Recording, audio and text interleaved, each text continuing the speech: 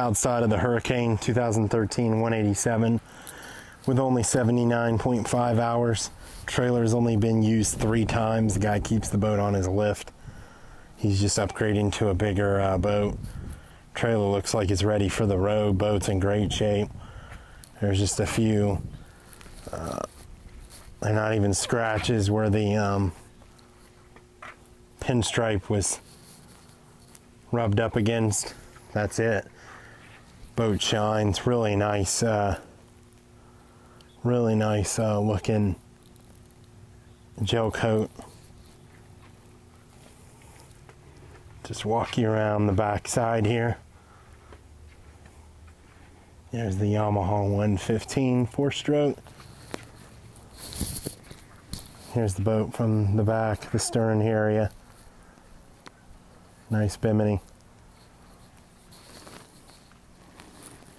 Front and rear boarding ladders. And that's the Hurricane. The inside of the Hurricane 2013 187. Really clean, nice boat. 79.5 hours. Has seating in the bow on the starboard and port side. Each one of these can be a cooler or a fish box. They both drain. You have an anchor locker up here in the front.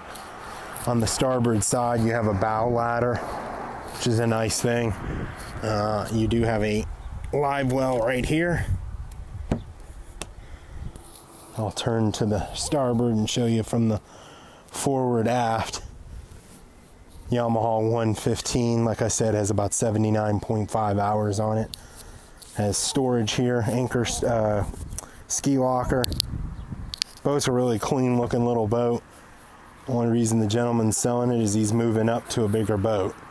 You have this L-shaped seating here in the on the port side and then the stern, and you have a storage where you can put a cooler there. 2 batteries, battery switch. There's a ladder in the back. Nice bimini. Captain's chair right here. You have a Garmin instrument panel. Nice looking little boat.